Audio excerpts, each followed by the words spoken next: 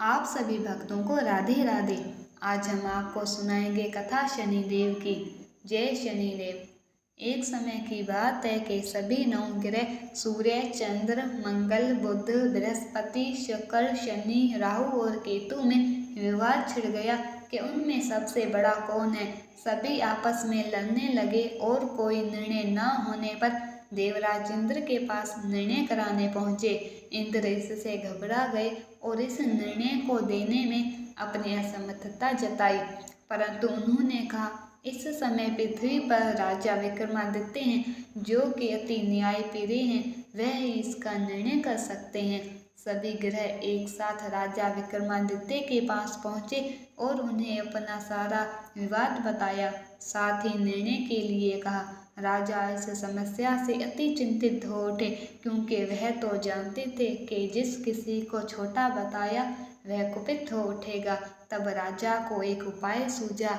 उन्होंने स्वर्ण, रजत, कांस्य, पीतल, सीसा, रांगा, जस्ता, अभ्रक को लोह से 9 सिंहासन बनवाए और उन्हें इसी क्रम से रख दिया। फिर उन्होंने सबसे निवेदन किया कि आप सभी अपने अपने सिंहासन पर स्थान ग्रहण कर लें। जो अंतिम सिंहासन पर बैठेगा वह ही सबसे छोटा होगा।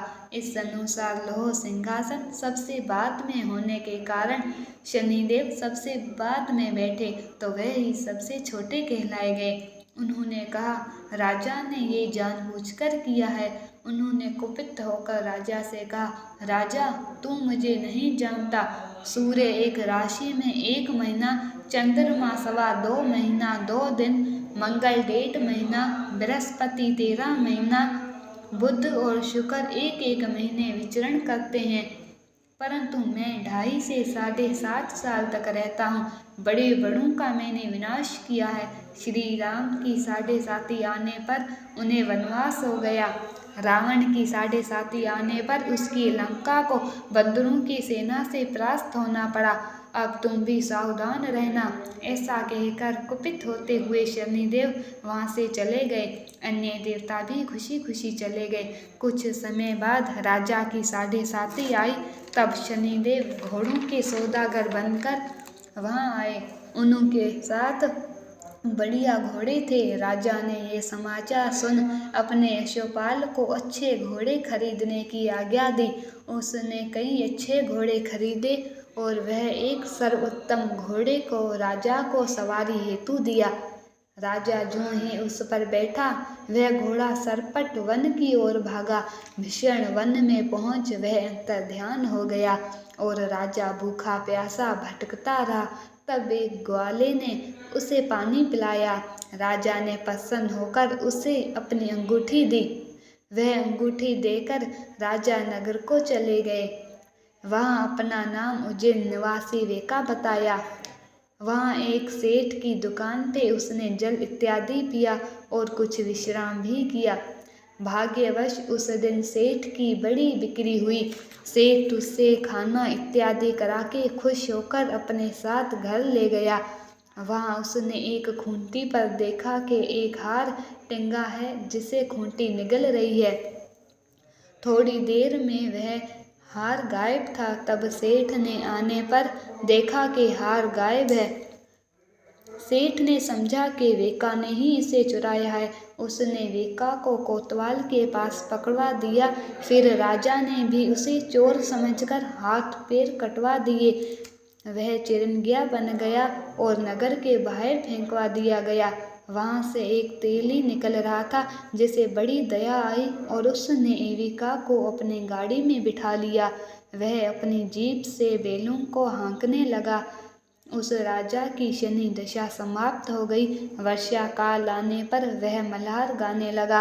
तब वह जिस नगर में था, वहाँ की राजकुमारी मन भावनी को वह इतना भाया कि उसने मन ही मन प्रण कर लिया कि वह उस राग गाने वाले से ही विवाह करेगी। उसने दासी को ढूंढने भेजा।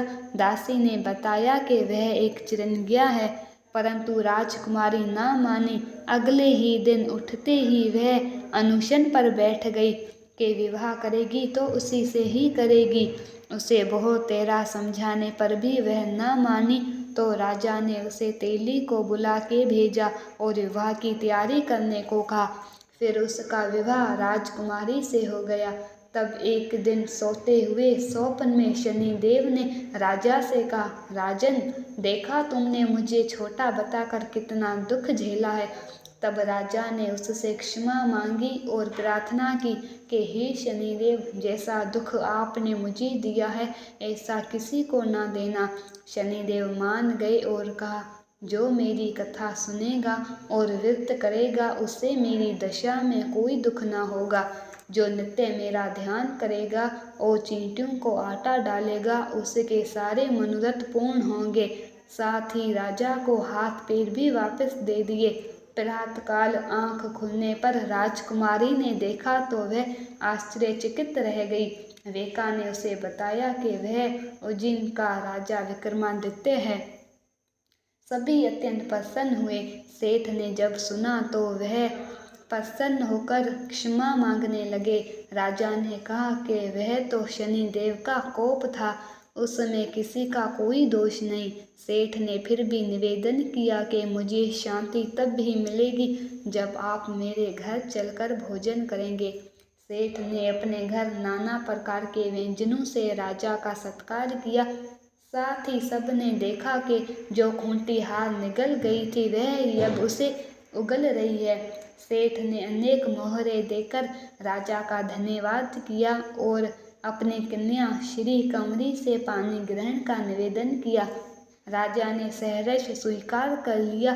कुछ समय पश्चात राजा अपनी दोनों रानियों मनभावनी और श्री कंवरी को लेकर उज्जैनी नगरी को चले।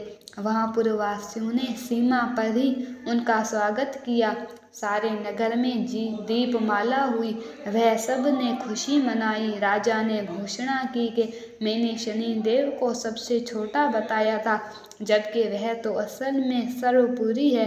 तब से सारे राज्य में शनिदेव को पूजा और कथा निमित्त होने लगी। सारी प्रजा ने बहुत समय खुशी और आनंद के साथ बिताया। जो कोई शनिदेव की इस कथा को सुनेगा या पढ़ेगा उसके सारे दुख दूर हो जाएंगे। व्रत के दिन इस कथा को अवश्य पढ़ना चाहिए। जय शनिदेव।